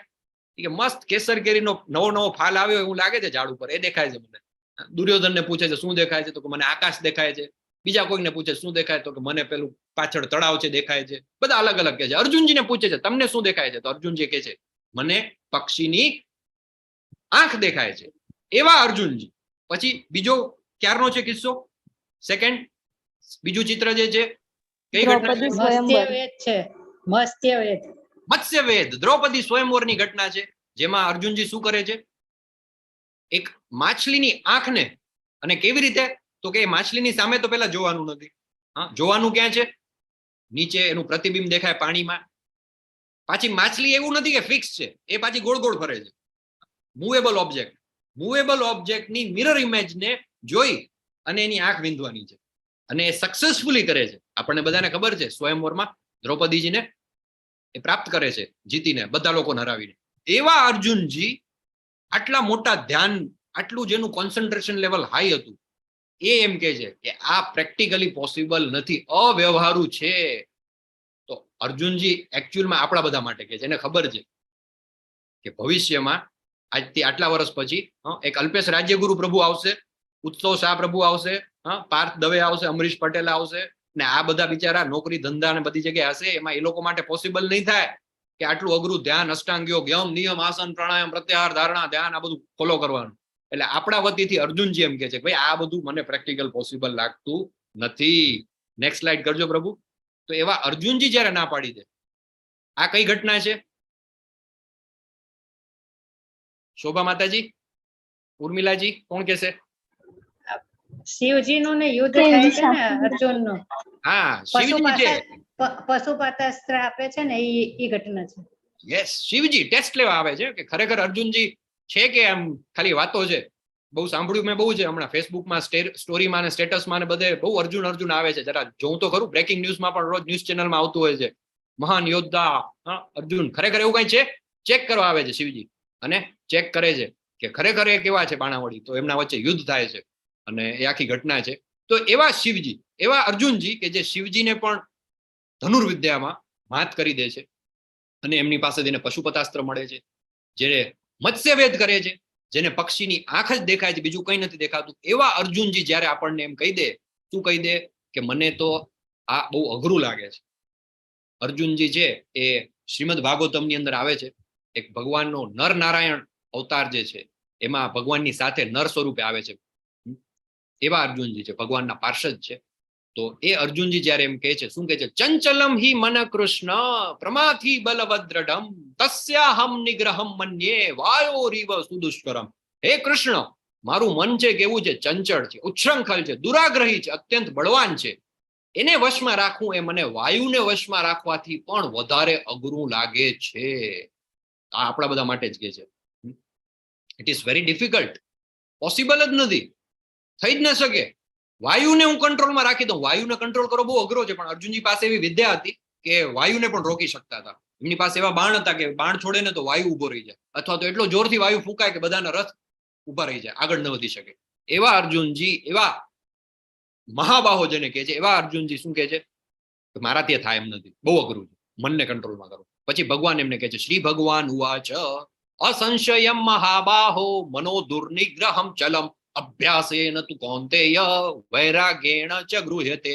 હે મહાબાહો, કુંતી પુત્ર, નિસંદેહ ચંચળ મનને વશ કરવું એ અત્યંત અઘરું છે, પરંતુ યથા યોગ્ય અભ્યાસ તથા વૈરાગ્ય દ્વારા તેને વશ કરવું શક્ય છે. પ્રેક્ટિસ મેક્સ ધ મન પરફેક્ટ. ભગવાન કહે છે વારંવાર, અઘરું છે, તારી વાત સાચી છે, પણ વારંવાર પ્રેક્ટિસ કરીને જે મનુષ્યનું મન અસંયમિત છે તેને આત્મ સાક્ષાત્કાર દુર્લભ હોય છે, પરંતુ જેનું મન સંયમિત છે તથા જે યોગ્ય ઉપાય દ્વારા પ્રયત્ન કરે છે તેને નિશ્ચિતપણે સફળતા પ્રાપ્ત થાય છે, એવો મારો અભિપ્રાય છે. તો અસફળ યોગી, પછી અર્જુનજી કહે છે ઓકે ફાઇન, તમે કહો છો કે પ્રયત્ન કરું, પણ એવું થાય કે હે કૃષ્ણ, હું પ્રયત્ન કરું, પણ પ્રયત્ન કરતા કરતા જે યોગી છે એ સક્સેસફુલ ન થાય, તો એનું શું થાય છે? તે અસફળ યોગીની શી ગતિ થાય છે કે જે શરૂઆતમાં આત્મ સાક્ષાત્કારની પ્રક્રિયાને શ્રદ્ધાપૂર્વક ગ્રહણ કરે છે, પરંતુ પછીથી ભૌતિકતાને કારણે તેમાંથી વિચલિત થઈ જાય છે અને તેના પરિણામ સ્વરૂપ યોગ સિદ્ધિને પામી શકતો નથી. શરૂઆત તો થઈ જાય, ભગવદ ગીતાના કોર્સમાં રજીસ્ટ્રેશન કરાવી દીધું, આવી ગયા પહેલા દિવસે, પછી ધીમે ધીમે 1 દિવસ 2 દિવસ 3 દિવસ 4 દિવસ 5 દિવસ થાકી ગયા, 6 દિવસ, આજ તો જવું જ પડશે યાર, મારા બોસ છે ને એના છોકરાના મેરેજ છે, નહીં જાઉં ને તો બહુ તકલીફ પડશે, આજનો ક્લાસ અટેન્ડ નહીં થાય. એટલે જે લોકો ચાલુ કરે છે પણ વચ્ચેથી છોડી દે છે, એનું શું થાય છે? તો ભગવાન કહે છે 6.41 અને 42 માં, પ્રાપ્ય પુણ્ય કૃતામ લોકાન. શું થાય છે? એવો અસફળ યોગી પુણ્યાત્મા લોકોના લોકમાં અનેક વર્ષો સુધી સુખ ભોગવ્યા પછી સદાચારી લોકોના અથવા તો ગર્ભ શ્રીમંત લોકોના કુળમાં જન્મ પ્રાપ્ત કરે છે. શુચિ નામ શ્રીમંતામ ગૃહે યોગ ભ્રષ્ટો અભિજાયતે અથવા યોગી નામ એવ કુલે ભવતી ધીમતામ એતદ્ધિ દુર્લભતરમ લોકે જન્મ યદ્રિદશમ. અથવા જો દીર્ઘ યોગાભ્યાસ પછી પણ અસફળ રહે તો તે એવા આધ્યાત્મવાદીના કુળમાં જન્મે છે કે જેઓ અતિશય જ્ઞાનવાન હોય છે. ખરેખર આ જગતમાં આવો જન્મ પામવો એ અત્યંત દુર્લભ છે. આપણને ક્યારેક ક્યારેક એવું થાય કે યાર આ અમુક લોકોને તો કેવા જલસા છે, સીધા અંબાણી અદાણીના ઘરમાં જ જન્મ લીધો, બેઠા બેઠા. ના, એવું નથી, આખી સાયકલ છે. અને કેવી રીતે ચાલે છે? ભગવાન કહે છે કે જે વ્યક્તિ સફળ નથી થઈ શકતો, યોગાભ્યાસ શરૂ તો કરે છે પણ વચ્ચેથી હારી જાય છે, થાકી જાય છે, નિષ્ફળ જાય છે, તો એનું શું થાય છે? તો એ છે એ ઈધર તો એ પેલા તો એના સ્વર્ગલોકમાં જઈ, સ્વર્ગલોક એટલે બેઝિકલી કે જ્યાં તમારા પુણ્યનું સ્પેન્ડ કરવાનું છે. પેલો અમુક હોય ને ક્રેડિટ કાર્ડમાં તમને અમુક પોઈન્ટ મળે, પછી એ પોઈન્ટ તમારે રિડીમ કરાવવા પડે, એમને એમ ન મળે પણ ક્યાંક જાઓ તો તમે રિડીમ કરાવો. એટલે જેને એવા રિવોર્ડ પોઈન્ટ મળ્યા હોય ને, સારા કર્મ કર્યા હોય, કોશિશ કરી હોય, એને પોઈન્ટ્સ મળે, એ રિડીમ કરવા માટે સ્વર્ગલોકમાં જવાનું. પછી પૂરા થઈ જાય એટલે વળી પાછું બેક ટુ મનુષ્ય યોનિમાં, અથવા તો ખરાબ કર્મ કર્યા હોય તો મે બી પોસિબલ ડાયરેક્ટ પશુ યોનિમાં, અથવા તો ગર્ભ શ્રીમંત લોકોના. તો ઘણા લોકોનો જન્મ જ સીધો, ભગવાન શું કરે છે કે ભાઈ આને સીધો નેક્સ્ટ બર્થમાં છે ને એક કામ કરો, એટલીસ્ટ રોજીરોટીનો પ્રોબ્લેમ ન થવો જોઈએ. બેઝિક માણસનું, મનુષ્યનું જીવન છે રોજના 8, 10, 12 કલાક શેમાં જાય? નોકરી, જોબ, બિઝનેસ જે કંઈ પણ આપણે કરતા હોય એમાં જતો રહે. તો ભગવાન શું કહે છે કે આવા વ્યક્તિને કે જે નિષ્ફળ ગયો છે, પૂરેપૂરો સક્સેસફુલ નથી થયો યોગના માર્ગે, એને તમે ગર્ભ શ્રીમંત કુટુંબમાં જન્મ આપી દો. Late him have an opportunity કે મે બી એની પાસે એટલો સમય છે કે ભગવાન ભક્તિ કરી શકે, અથવા તો કોઈ એવા આધ્યાત્મવાદી ભક્ત કુળમાં જન્મ થાય. આપણે જોઈએ છીએ ઘણા બધા નાના નાના બાળકો અહીંયા આવે છે અને સરસ મજાના શ્લોકો બોલે છે. આપણને એમ થાય 4 વર્ષનું બાળક, 5 વર્ષનું બાળક, હાઉ ઇટ ઇઝ પોસિબલ? એ લોકો કેરી ફોરવર્ડ આગળનું લઈને આવે છે, અને આ માત્ર ને માત્ર ભક્તિમાં જ પોસિબલ છે. બીજી બધી વસ્તુ કેરી ફોરવર્ડ થાય. માની લો કે તમે આ જન્મમાં બહુ મોટો બિઝનેસ ઉભો કર્યો, કરોડોનું ટર્નઓવર, 10 કરોડનું બેંક બેલેન્સ થઈ ગયું તમારું, અને વિકેટ પડી ગઈ. નેક્સ્ટ જન્મ થયો, જેવા તમે જ્યાં જન્મ લ્યો છો ને ત્યાં તમારા ફાધરના મોબાઈલમાં SMS આવી જાય, આ નવું બાળક જે આવ્યું છે એનું પ્રીવિયસ જન્મમાં આઈસીઆઈસી બેંકના સેવિંગ બેંક એકાઉન્ટમાં 10 કરોડ રૂપિયા હતા, એ કેરી ફોરવર્ડ થાય છે. હજી આ જન્મમાં તો એનું બેંક એકાઉન્ટ નથી ખુલ્યું, પણ તમે એના ગાર્જિયન છો, એના વાલી છો ને, તો તમારા ખાતામાં 10 કરોડ જમા થાય છે. આવું પોસિબલ? કોઈનું હોય તો કેજો કે આના અમારે આવ્યું છે કેરી ફોરવર્ડ. અથવા તો આ જન્મમાં તમે બહુ જ હેલ્થ કોન્શિયસ હો, અખાડામાં જઈને, જીમમાં જઈને આમ બોડી બનાવો, એકદમ 6 પેક 8 પેક્સ એવું બોડી બિલ્ડ કરો, બાયસેપ્સ બનાવો, અને નેક્સ્ટ જન્મમાં સીધો જન્મ થાય ને એટલે નાના બાળક તરીકે નહીં, સીધા આમ 6 ફૂટના પહેલવાન તરીકે જન્મ લો. કેમ? ના ભાઈ, લાસ્ટ બર્થમાં ભાઈ બહુ મહેનત કરી હતી, સવારે વહેલા ઉઠીને અખાડામાં જતા હતા, જીમમાં જતા હતા, બોડી બિલ્ડિંગ કર્યું હતું, જબરદસ્ત. ડેથ થઈ ગયું, પણ હવે એને બોડી તો આપવું પડે ને યાર, આટલી બધી મહેનત કરી હતી. થાય છે આવું? કોઈ પહેલવાન જન્મ લે છે સીધો 6 ફૂટનો? નથી થતું. ના, તમે બહુ મોટો અભ્યાસ કર્યો, ઘણી બધી ડિગ્રીઓ મેળવી, માસ્ટર્સ કર્યું, પીએચડી કર્યું, ડોક્ટરેટ, નામની આગળ ડોક્ટર લાગી ગયું, મોટા કાર્ડિયક સર્જન થઈ ગયા અને મૃત્યુ થઈ ગયું. નેક્સ્ટ જન્મમાં સીધો જન્મ થયો ને ભેગા સ્ટેથોસ્કોપ લગાવીને, કેમ? અરે પ્રીવિયસ લાઈફમાં હું ડોક્ટર હતો, એટલે હવે સીધું મારે અહીંયાથી ચાલુ કરવા. થાય છે આવું? આવું પણ નથી થતું. આ કઈ જ વસ્તુ કેરી ફોરવર્ડ નથી થતી. એક જ વસ્તુ કેરી ફોરવર્ડ થાય છે, એ છે ભક્તિ. અને એટલા માટે આપણે જોઈએ છીએ નાના નાના બાળકો જો અહીંયા આવે છે, ધાર્મી માતાજી આવે છે, પછી શ્યામ પ્રભુ આવે છે, અત્રે પટેલ પ્રભુ છે, અમરીશ પટેલ પ્રભુના ફેમિલીમાંથી, એ ક્યારેક ક્યારેક દર્શન આપે છે, જિજ્ઞા માતાજી છે, એમના સન છે, એમના ડોટર છે, ઘણા બધા લોકો છે. આપણે જોઈએ કે સીધા 4-5 વર્ષે 6 વર્ષે આટલી બધી ભક્તિ ક્યાંથી આવી ગઈ? તો એ અલ્ટિમેટલી 6.41 અને 42 જ્યારે આપણે સમજીએ ત્યારે આપણને ખબર પડે કે પ્રીવિયસ લાઈફમાં જે લોકો સક્સેસફુલ નતા પહોંચી શક્યા એને ભગવાન ત્યાંથી જ સીધો ઓપોર્ચ્યુનિટી આપે છે કે ચલો આવી રીતે આગળ વધો. નેક્સ્ટ,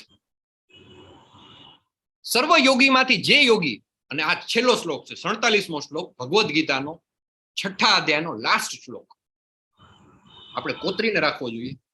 યોગી નામ અપી સર્વેશામ, જેટલા યોગીઓ છે એમાંથી મદ ગતે નાંતરાત્મના શ્રદ્ધાવાન ભજતે યો મામ સ મે યુક્ત તમો મતઃ. સર્વ યોગીઓમાંથી જે યોગી અત્યંત શ્રદ્ધાપૂર્વક મને પરાયણ હોય છે, પોતાના અંતકરણમાં મારું જ ચિંતન કરે છે અને મારી દિવ્ય પ્રેમમય સેવા કરે છે, તે યોગમાં મારી સાથે અત્યંત ગાઢ રીતે સંકળાયેલો છે અને તે બધામાં સર્વોચ્ચ છે. આ મારો મત છે. ભગવાને વર્ડિક્ટ આપી દીધો, ચુકાદો આપી દીધો, ઓર્ડર ઓર્ડર ઓર્ડર કહી દીધું. શું કહી દીધું? જેટલા યોગી છે, અષ્ટાંગ યોગી છે, સકામ કર્મ યોગી છે, નિષ્કામ કર્મ યોગી છે, અલગ અલગ જાતના બધા તપ કરે છે, એ બધા જ યોગીમાં, કર્મયોગીમાં સૌથી બેસ્ટ કોણ છે? તો કે ભક્તિ યોગ, કે જે મારું ચિંતન કરે છે, મને સર્વસ્વ અર્પણ કરે છે. અને મહાન યોગી, કોનું ચિત્ર છે સ્લાઇડ ઉપર? કોણ દેખાય છે તમને? નારાયણ નારાયણ નારાયણ. યસ, નારદ મુનિ ભગવાનના પરમ ભક્ત, એ મહાન યોગી છે. એ નહીં કે જે આપણે સિરિયલમાં એમાંથી જોઈ જોઈને આપણી એક અલગ ઇમેજ આપણી અંદર ઊભી થાય છે. ભગવાનના પરમ ભક્ત, ભગવાનના 24 અવતારમાંના એક અવતાર એવા નારદ મુનિ, આવા જે છે ભગવાન કહે છે કે શ્રેષ્ઠ છે. નેક્સ્ટ, તો અષ્ટાંગ યોગ આપણે જોયો આજે, આજના અધ્યાય. તમામ યોગો ભક્તિના લક્ષ્ય માટેની પ્રગતિ છે. તો બેઝિકલી એક સીડી છે. સીડી શું છે? ભગવાન સુધી જવાનું. આપણે અષ્ટાંગ યોગમાં પણ શું જોયું? યમ, નિયમ, આસન, પ્રાણાયામ, પ્રત્યાહાર, ધારણા, ધ્યાન, અને પછી કરવાનું શું? એટલું બધું કર્યા પછી યમ એટલે સત્ય, અહિંસા, બ્રહ્મચર્ય, અપરિગ્રહ, અસ્તેય, એટલું બધું કરવાનું. પછી સોચ, તપ, ઈશ્વર પ્રણિધાન, એ બધું કર્યા પછી આગળ વધતા શું કરવાનું? આસન કરવાના, પ્રાણાયામ કરવાના, ધારણા કરવાની, પછી ધ્યાન. ધ્યાન કોનું કરવાનું? કૃષ્ણ ભગવાન. અરે ભાઈ, તો રોજ સવારે 4:30 વાગે ઉઠીને કરું છું, હરે કૃષ્ણ કૃષ્ણ કૃષ્ણ હરે હરે, હરે રામ રામ રામ હરે. તો કર્મયોગ કરો, કે પછી જ્ઞાન યોગ કરો, પછી અષ્ટાંગ યોગ કરો. એ બધું છેલ્લે અલ્ટિમેટલી ક્યાં લઈ જાય છે? ભક્તિ યોગ. તો પછી શું કરવું જોઈએ આપણે? આ કરવું કે પેલું કરવું? સિમ્પલ છે. એક 100 માળનું બિલ્ડિંગ હોય, એમાં સીડીથી ચડવાનું હોય, ચડતા ચડતા જવાનું 100 માળ. ઘણા લોકોને સાંભળીને જ હાજર કકડી 100 માળ, 3 માળમાં તો ટાંટિયા તૂટી જાય. 100 માળનું બિલ્ડિંગ છે, એમાં તમે ચડતા ચડતા મે બી કદાચ 10, 20, 25 મિનિટ, અડધા કલાક, કલાકે હાફતા હાફતા કેટલા બધા બ્રેક લઈને પહોંચો. અને બીજું બાજુમાં એલિવેટર હોય, લિફ્ટ, એક બટન દબાવો, મે બી વિધિન ફ્યુ સેકન્ડ સીધા 100માં માળે. તો એ જ કરાય ને, પેલું થોડું કરાય. તો એ બધું જ જે અન્ય તમામ યોગો જે છે ભક્તિ યોગના લક્ષ્ય માટેની પ્રગતિ છે, સામે છે કર્મયોગ, જ્ઞાન યોગ, અષ્ટાંગ યોગ ને ભક્તિ યોગ. તો ડાયરેક્ટ ભક્તિ યોગ છે એ સીધો આપણને ભગવાન પાસે લઈ જાય છે. નેક્સ્ટ લઈ લો પ્રભુ. તો આ બધા જ જે યોગ છે જેમાં ધ્યાન કરીએ છીએ, તપસ્યા કરીએ છીએ, નેક્સ્ટ એ બધા જ અલ્ટિમેટલી શું કહે છે? શ્રીમદ ભાગવતમ સ્કંદ 12 અધ્યાય 3 શ્લોક ક્રમાંક 52 શું કહે છે? આપણે જે વાત કરીએ છીએ ને આ બધી જ સ્લાઇડ્સ આપણે બીજા ત્રીજા દિવસે પણ જોયું હતું ને કે અલગ અલગ યુગમાં અલગ અલગ ધર્મ છે, તો એ કોઈ બનાવી નથી કાઢેલું. ISKCON વાળા ક્યાંકથી લઈ આવે છે બનાવી, ના. શ્રીમદ ભાગવતમ ની અંદર 12મા સ્કંદમાં કહેવાયેલું છે. શું કહેવાયેલું છે? 12મો સ્કંદ 3જો અધ્યાય 52મો શ્લોક. કૃતે યદ્યાયતો વિષ્ણુમ ત્રેતાયામ યજતો મખે દ્વાપરે પરિચર્યાયામ કલો તદ હરિકીર્તનાથ. કૃત એટલે સતયુગ છે, એને કૃતયુગ પણ કહેવાય છે. સતયુગમાં શું કરવાનું છે? ધ્યાયતો વિષ્ણુ, એનું ધ્યાન કરવાનું છે. કેમ? 1 લાખ વર્ષનું આયુષ્ય છે મનુષ્યનું. પોસિબલ છે 10, 20, 25, 50, 60,000 વર્ષ ધ્યાન કરવું. ત્રેતાયામ યજતો મખે, ત્રેતાયુગમાં યજ્ઞ એટલે રાજસૂય યજ્ઞ, અશ્વમેધ યજ્ઞ, મોટા મોટા યજ્ઞ. દ્વાપરે પરિચર્યાયામ, દ્વાપર યુગમાં શું કરવાનું છે? તો ભગવાનની સેવા કરવાની છે, પરિગ્રહ, મંદિરમાં જઈને. કલો કળિયુગની અંદર તદ હરિકીર્તનાથ, કળિયુગની અંદર શું કરવાનું છે? હરે કૃષ્ણ કૃષ્ણ કૃષ્ણ હરે હરે, હરે રામ રામ રામ હરે હરે. Next slide. તો આ છે 4 યુગની. સતયુગની અંદર આપણે જોયું હતું ભગવાન વિષ્ણુનું ધ્યાન કરવાનું. પછી નેક્સ્ટ ત્રેતાયુગ, એની અંદર યજ્ઞ. પછી આવે છે દ્વાપર યુગ, એમાં મંદિરમાં જઈ અને વિગ્રહ પૂજા. અને કળિયુગ જે છે, કળિયુગની અંદર શું કરવાનું છે? પ્રભુના પવિત્ર નામનો જાપ કરવાનો છે. તો આ શ્રીમદ ભાગવતમમાં લખ્યું છે, અલગ અલગ શાસ્ત્રોમાં લખ્યું છે. ઘણા બધા શાસ્ત્રો છે જેનો અહીંયા રેફરન્સ છે. એક કલી સંતરણ ઉપનિષદ આવે છે, એની અંદર લખેલું ઇતિ 16 નામમ. કેવો? તો કે ઇતિ 16 શબ્દનો જે નામનો જે છે કલી કલ્મશ, કળિયુગની અંદર એ શું કરે છે? એ બધાનો નાશ કરે છે. સર્વ વેદેશુ દૃશ્યતે. તો એ 16 નામ કયા છે? 8 વખત હરે, 4 વખત કૃષ્ણ અને 4 વખત રામ. બધા વૈદિક સાહિત્યમાં શોધ્યા પછી કોઈ પણ વ્યક્તિ આ યુગ માટે હરે કૃષ્ણના જાપ કરતા કોઈ પણ વધુ ઉત્ક્રાંતિ પ્રક્રિયાને શોધી શકતો નથી. તો ચૈતન્ય મહાપ્રભુ 500 વર્ષ પહેલા ખુદ સાક્ષાત ભગવાનનો અવતાર લઈને પૃથ્વી પર આવ્યા. નારાયણ સંહિતામાં આપણને કહ્યું છે, શું કહ્યું છે નારાયણ સંહિતામાં? કલિયુગમાં માણસોએ ફક્ત ભગવાનના પવિત્ર નામોનું જાપ કરવો જોઈએ. પછી નેક્સ્ટ ચૈતન્ય ચરિતામૃત આદિ લીલા 17.21. કલ અને દંભના યુગમાં મુક્તિનું એકમાત્ર સાધન જે છે એ શું છે? ભગવાનના પવિત્ર નામનો જાપ. બીજો કોઈ જ રસ્તો નથી, બીજો કોઈ જ રસ્તો નથી, બીજો કોઈ જ રસ્તો નથી. ચૈતન્ય ચરિતામૃત છે એને શું કહેવાય છે? હરે નામ હરે નામ એવ કેવલમ કલો નસ્તે એવ નાસ્તે ગતિરન્યથા. આપણે ભગવદ ગીતાનો કોર્સ કરીએ છીએ, એને ભગવદ પ્રાપ્તિની જે આખી એજ્યુકેશન સિસ્ટમ છે એમાં શું કહેવાય છે? ભગવદ ગીતા એટલે એનો એક ગ્રેજ્યુએશનનો કોર્સ છે, બરાબર? This is graduation, bachelors degree course. પછી બેચલર્સ થઈ જાય પછી માસ્ટર્સ, પીજી, પોસ્ટ ગ્રેજ્યુએશન. એ શું છે? શ્રીમદ ભાગવતમ છે. અને જેનું માસ્ટર્સ પણ થઈ જાય એના માટે પીએચડી છે. પીએચડી છે ચૈતન્ય ચરિતામૃત. ગ્રેજ્યુએશન પહેલા, ગ્રેજ્યુએશન, પોસ્ટ ગ્રેજ્યુએશન અને પીએચડી. ચૈતન્ય ચરિતામૃત છે એમાં આદિ લીલા 17.21 કહી દેલું છે હરે નામ એવ કેવલમ કલો નસ્તે એવ ગતિર અન્યથા. કળિયુગની અંદર બીજો કોઈ જ રસ્તો નથી, કોઈ જ રસ્તો નથી, કોઈ જ રસ્તો નથી. અને શ્રીમદ ભાગવતમ 12.3.51 મહારાજ છેલ્લે પૂછે છે, જયારે પૂરું થતું હોય છે, ટોટલ 12 સ્કંદ છે. પરીક્ષિત મહારાજને તો સુખદેવજી પાસેથી જ્ઞાન મળી જ ગયું.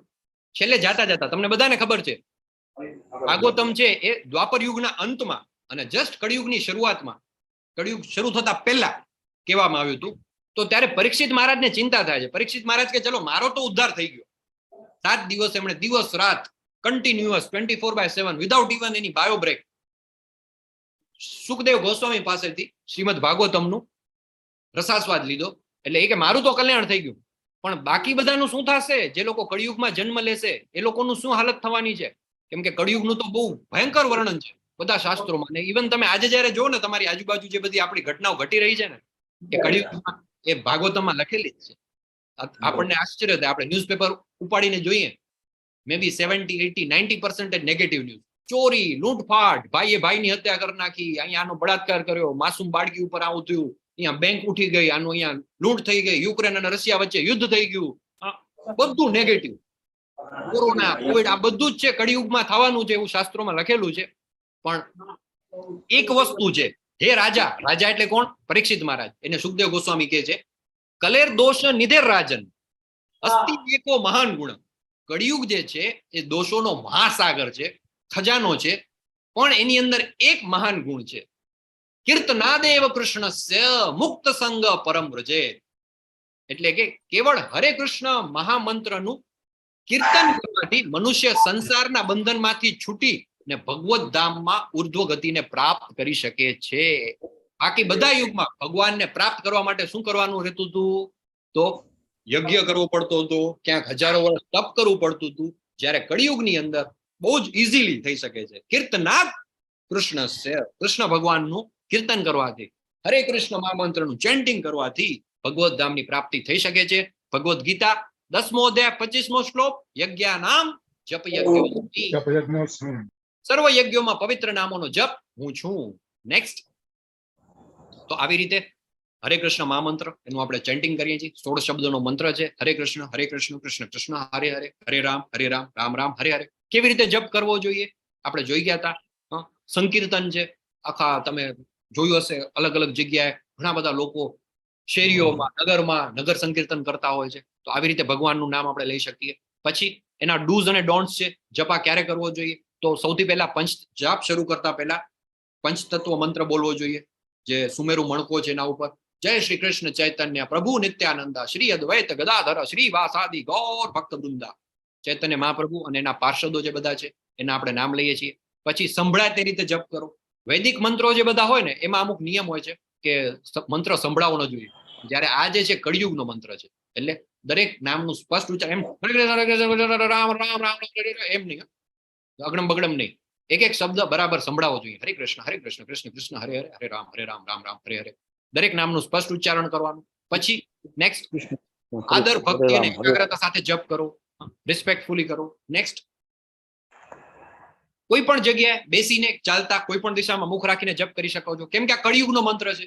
વેદ મંત્રો હોય તો એના નિયમો હોય. આસન પર બેસીને પદ્માસનમાં કરવો જોઈએ, દીવાની સામે કરવો જોઈએ, ભગવાનની મૂર્તિની સામે, પૂર્વ દિશામાં કરવો જોઈએ. એવા બધા વૈદિક મંત્રના નિયમ, અને એ સાચા છે, ખોટા નથી, પણ પ્રેક્ટિકલી પોસિબલ નથી. કળિયુગનો મંત્ર છે એ તમે કોઈ પણ દિશામાં ચાલતા ચાલતા કરી શકો છો, ટ્રેનમાં તમે જાતા કરી શકો છો, બસમાં કરી શકો છો, રોડ ઉપર વોકિંગમાં ગયા હો ત્યારે કરી શકો છો, કોઈ પણ સમયે કરી શકો છો, રાતે કરી શકો છો, સૂર્યોદય પછી કરી શકો છો, સૂર્યોદય પહેલા, સૂર્યાસ્ત પછી પણ કરી શકો છો, ગમે ત્યારે કરી શકો છો. પણ બ્રહ્મ મુહૂર્તની અંદર કરવામાં આવેલા મંત્ર જે છે એ વધારે સારું ફળ આપે છે.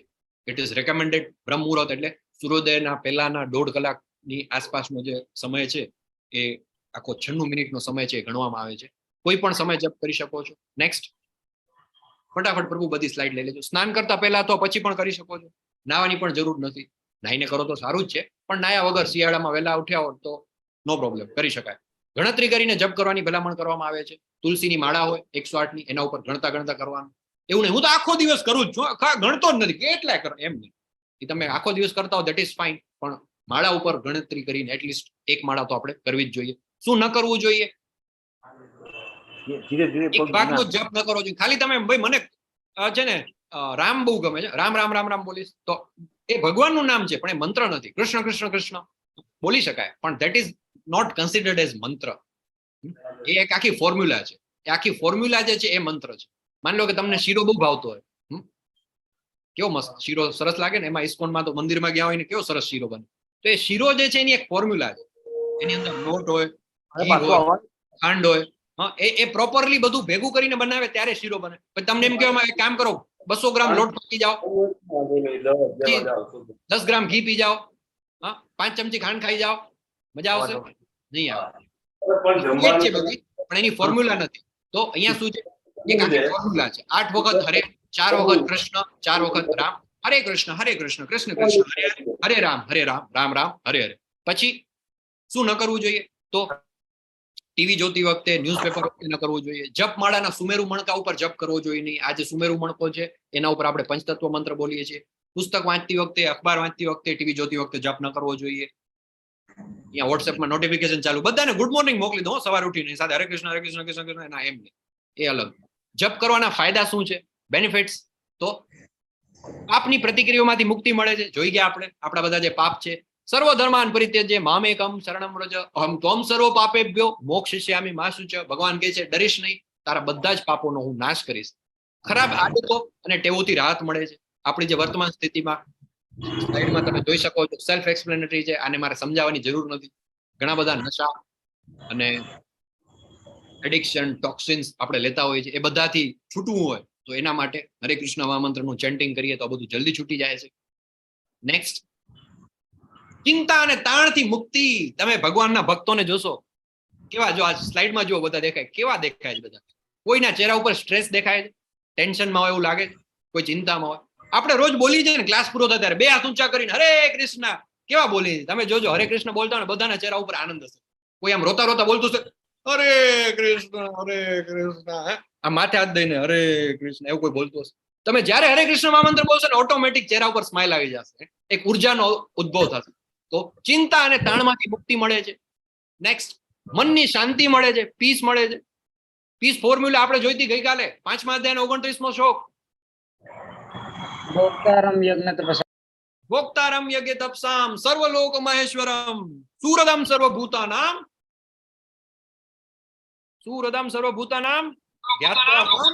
શાંતિ મૃચ્છતિ. જેને ખબર પડી જાય છે કે સર્વ લોક મહેશ્વર છે, પૂર્ણ પુરુષોત્તમ પરમેશ્વર છે, એ આપણા બધાના મિત્ર છે, શુભચિંતક છે, તો આપણા જીવનમાં શાંતિ આવે છે, વાસ્તવિક સુખ છે એ મળે છે ચેન્ટિંગ કરવાથી. નેક્સ્ટ, બોધ મળે છે, સાચું જ્ઞાન આપણને મળે છે. હરે કૃષ્ણ જાપ વિશે સેલિબ્રિટીઝ છે અમુક, શું કહે છે બધા મોટા મોટા લોકો જેની લાઈફમાં?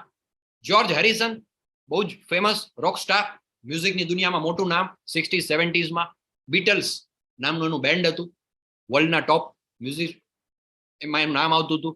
એમણે હરે કૃષ્ણનું એક આલ્બમ બનાવ્યું અને ન્યુયોર્ક ટાઈમના બેસ્ટ સેલર ચાર્ટ્સમાં એનું નામ આવ્યું. He was a very big influencer. અને શ્રીલા પ્રભુપાદના સાથે રહી અને ISKCON નું જે યુએસમાં ફાઉન્ડેશન થયું, કૃષ્ણ કોન્શિયસનેસને સ્પ્રેડ કરવામાં એમણે બહુ મોટો ફાળો આપ્યો. એ કહે છે કે ખરેખર ભગવાનની અનુભૂતિ કરવાની પ્રક્રિયા છે શું? તો કે હરે કૃષ્ણ મહામંત્ર. જ્યો ક્લોદ હેલી નામ છે ફ્રાન્સનું, એક ફ્રાન્સના ડાયરેક્ટર છે. જ્યારે મેં હરે કૃષ્ણનો જાપ કરવાનું શરૂ કર્યું, મારા માટે બધું જ થવા લાગ્યું. Everything started happening with me when I started chanting Hare Krishna મહામંત્ર. Albert બ્રિશફોર્ડ આપણે જોઈ ગયા, ફોર્ડ કંપનીના માલિક. હરે કૃષ્ણનો જાપ મારા જીવનમાં જબરદસ્ત અસર કરી છે. અને આજે પોતે તમે જુઓ, ધોતી પહેરે છે, કુર્તો પહેરે છે, અને TOVP આપણું જે વર્લ્ડનું સૌથી લાર્જેસ્ટ ટેમ્પલ કોમ્પ્લેક્સ આકાર લઈ રહ્યું છે, ISKCONના હેડક્વાર્ટર માયાપુર, પશ્ચિમ બંગાળ, ઇન્ડિયામાં. 600 થી 700 એકરનો આખો પ્રોજેક્ટ છે. એમાં he is one of the biggest donor and the chairperson of the foundation.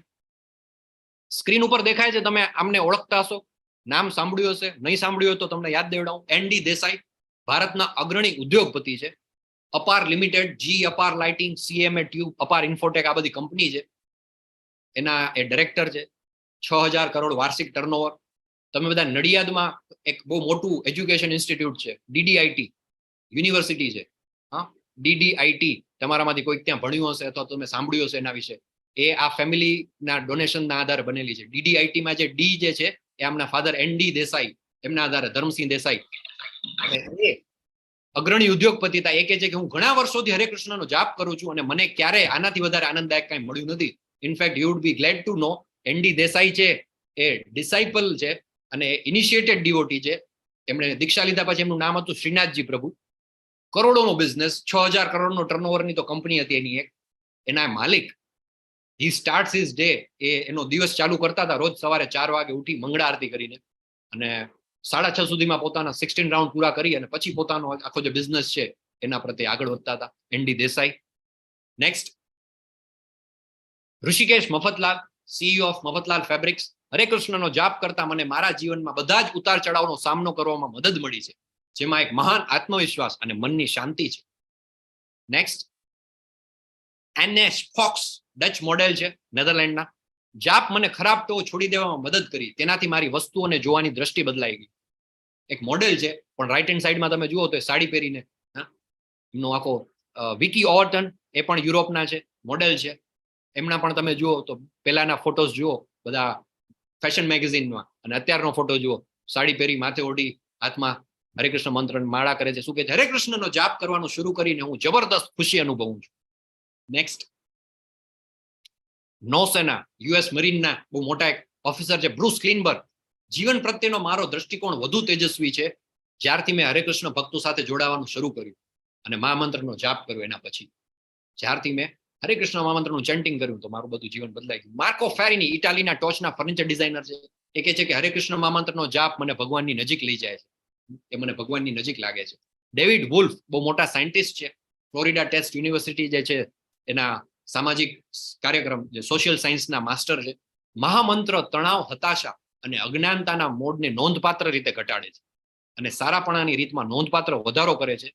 એમણે રિસર્ચ કર્યા છે અનેક સેંકડો હજારો લોકો ઉપર કે આ એક પર્સન છે એ ચેન્ટિંગ નતા કરતા ત્યારનું એનું જીવન, ત્યારની એની મનોસ્થિતિ, ત્યારનું એનું શરીર, ત્યારના એના હૃદયના ધબકારા, ત્યારના એની આખી થોટ પ્રોસેસ, અને જ્યારે એણે હરે કૃષ્ણ મહામંત્રનું ચેન્ટિંગ શરૂ કર્યું એના પછી એના હૃદયના ધબકારા, એની મેન્ટલ સ્થિતિ, એનો જીવન પ્રત્યે જોવાનો દ્રષ્ટિકોણ, એના શરીરની આખી બાયોલોજીકલ, એના ઉપર એમને રિસર્ચ કરી અને આ એમાંથી એનું રિઝલ્ટ આઉટકમ બહાર નીકળ્યો કે મહામંત્ર શું કરે છે? સ્ટ્રેસ ને આ બધામાંથી ઘટાડો કરે છે નોંધપાત્ર રીતે.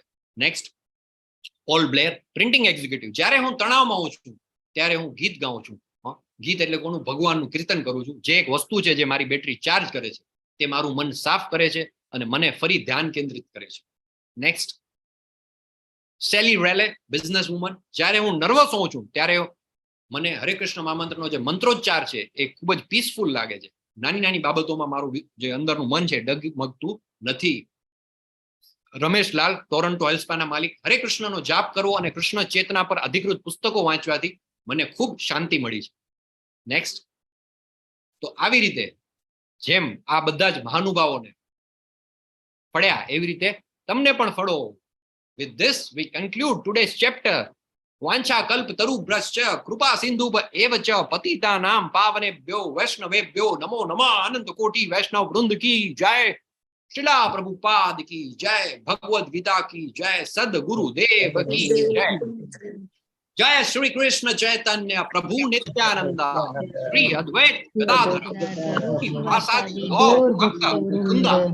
એ હાથ ઊંચા કરીને વિડિયો ઓન કરીને, કેટલા લોકોના વિડિયો ઓફ છે, you can at least switch on your videos for last 1 minute અને બે હાથ ઊંચા કરી ભગવાનને આપણે પ્રાર્થના કરીએ, અમને તમારા શરણે લ્યો, અમારા જીવનમાં ને તમે નૈષ્ઠિક ભક્તિ આપો. બે હાથ ઊંચા કરી હરે કૃષ્ણ હરે કૃષ્ણ કૃષ્ણ કૃષ્ણ હરે હરે, હરે રામ હરે રામ રામ રામ હરે Krishna Krishna. Thank you everybody Hare four joining. Sureshbhai હરે દિલાશા, કૃષ્ણ પ્રભુજી પ્રણામ. હરે હરે કૃષ્ણ કૃષ્ણ પ્રભુજી પ્રણામ. પ્રભુજી. દર્શિતા ભાવસારજી, પ્રભુદાસ બારિયાજી, વિનીતા પટેલજી, વિધિ જાનીજી, મોહનસિંહ વાલજી બારિયાજી, મૃદુલા ભટ્ટજી, મલય ત્રિવેદીજી એન્ડ ફેમિલી, મૃદુલા ભટ્ટજી, હરે કિરણદાસ કૃષ્ણ ઠાકોર, પ્રભુજી. સુધાજી, નિયતિ સોનીજી સુરતથી, સુલોચનાબેન શુક્લા, ઉત્સવ શાહ, કમલેશ નાયકજી, જિજ્ઞાસા ઝાલાજી, Upen Nathwani Prabhu from Junagadh, Himnish Patelji and family, Sanjay Bagleji, Prabhudas Bariyaji, Amrish Patelji, અને એ સિવાય પણ જે લોકો વિડીયો ઓફ સાથે જોડાયેલા છે, મોક્ષના દાદીમાં, બધાનો ખૂબ ખૂબ આભાર. Thank you four joining. 6 અધ્યાય પૂરા થયા અને આજે ટકી ગયા. ધેટ મીન્સ કે હવે 12 દિવસ તમે નિશ્ચિતપણે મારી સાથે આવશો એવું મને મારા ગુરુ કહ્યું હતું કે જે 6 દિવસ આવે એ 18 દિવસ આવે. એટલે હવે તમારા હાથમાં છે એમનું કહેલું સાચું પાડું. હા, બાકીના 12 દિવસ સાથે રહેજો. તો યસ, ક્લાસ અહીંયા વાઇન્ડ અપ થાય છે. Now we are open for question answers. તમારા પ્રશ્નો હોય તો પૂછી શકો છો, કોઈ તમારે શેર કરવું હોય, ફીડબેક આપવું હોય તો આપી શકો છો. હરે કૃષ્ણ પ્રભુજી પ્રણામ. હરે કૃષ્ણ પ્રભુજી પ્રણામ. હરે કૃષ્ણ. યસ, હેન્ડ રેઝ કરી શકો છો કોઈ પ્રશ્ન હોય તો.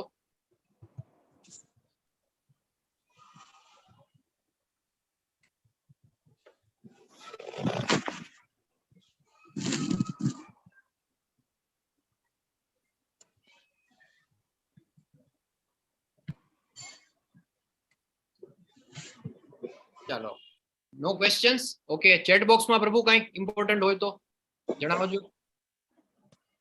આઈ થિંક આપણે ભોગમાં બધાએ શું ધરાવ્યું હતું એ આપણે જાણવાનું બાકી છે.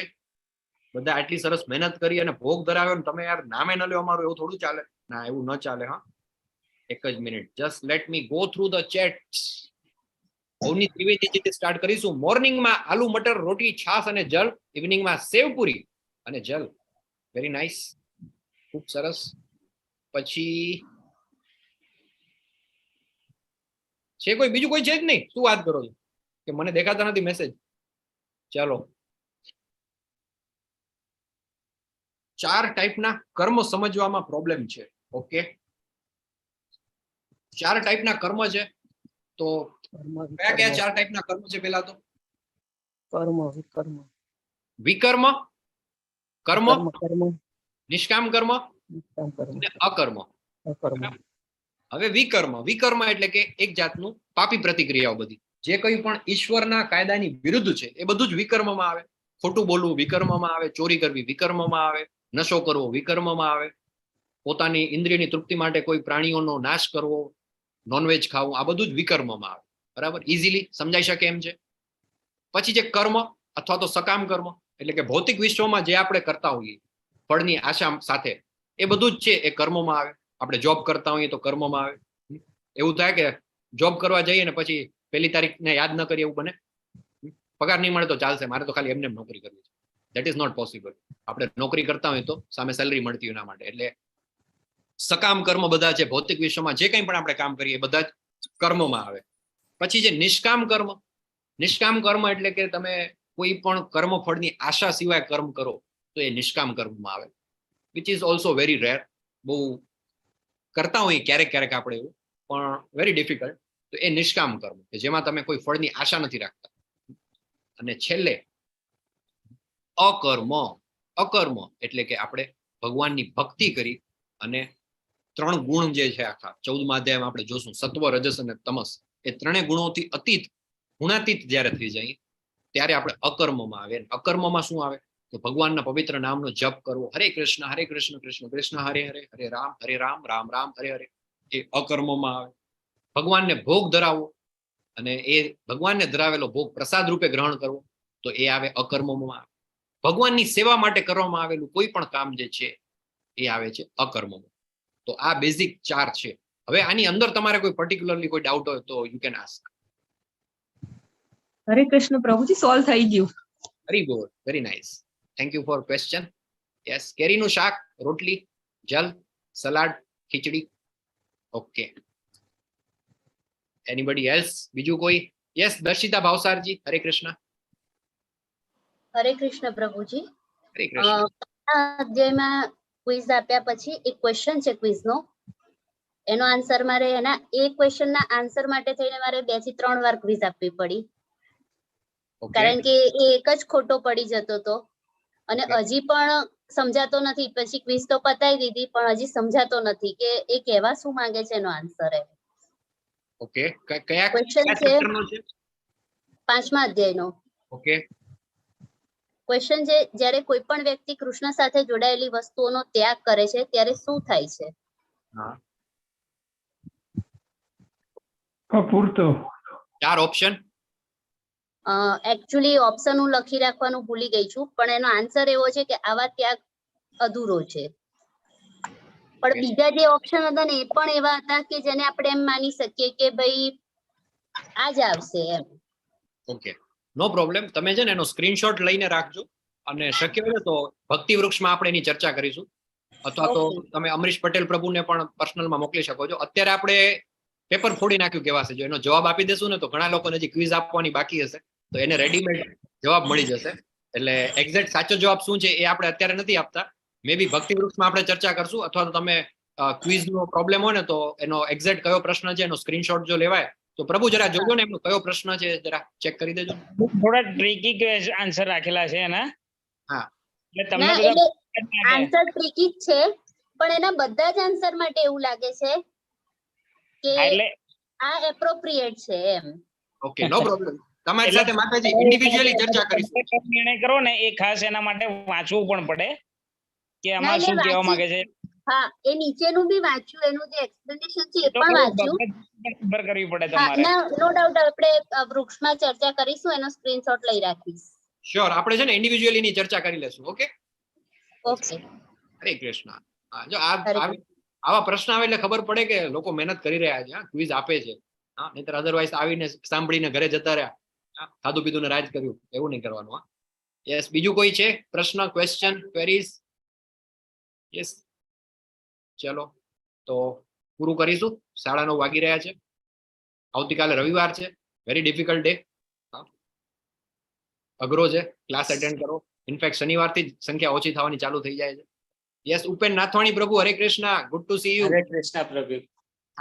વર્ક ફ્રોમ હોમ ચાલુ છે કે શું તમારે? હા, ચાલુ છે. હા, તમારી ચેર જોઈને હું સમજી ગયો. અને કપડા, યસ, વેરી નાઇસ. ઉપેન નાથવાણી પ્રભુ મારા બેચમેટ છે. અમે 19મી બેચમાં સાથે આ જર્ની જે સ્ટાર્ટ કરી હતી, અને આપણા ઇસ્કોનના લાઈફ ટાઈમ પેટ્રોન છે. તમારું કાર્ડ પ્રભુ આવી ગયું છે? કાર્ડ છે તમારી પાસે? ના, હજી કાર્ડ નથી આવ્યું. અચ્છા, ચાલો, મને કરજો, મેસેજ કરજો તો કાર્ડ. બાકી પેલી બુક્સ ને તો બધું આવી ગયું ને? હા, બધું આવી ગયું છે. વેરી નાઇસ, ખૂબ સરસ. હા, તો બીજા કોણ છે? યસ, એના વિડીયો ઓન છે. કિરણદાસ સાધુજી, સુધાજી, મૃદુલા ભટ્ટજી, અમરીશ પટેલજી, મોહનસિંહ વાલસિંહ બારિયાજી, અને બાકીના બધા જ ડિવોટીસ, બેલા શાહજી, વિનીતા પટેલજી, દર્શિતા ભાવસારજી, ગુર્જર શોભનાબેન, સ્મિતા પટેલજી, જયશ્રી કાપડિયાજી, જિજ્ઞાસા ઝાલાજી, મહેશ કાપડિયા, હરે કૃષ્ણ, મનીષા દવેજી, મૃદુલા ભટ્ટજી, પિંકીજી, પ્રભુદાસ બારિયાજી, રામદાસ કાપડીજી, સંજય બાગલેજી, રીના દેસાણીજી, સંજય માંગરોડિયાજી, સુધાજી, સુરેશભાઈ, આરતીજી અને તેજસ વ્યાસજી, બધાનો ખૂબ ખૂબ આભાર. આવતીકાલે સાંજે 7:30 વાગે શ્લોક પઠન અને 8 વાગ્યાથી ક્લાસ શરૂ થશે. હરે કૃષ્ણ.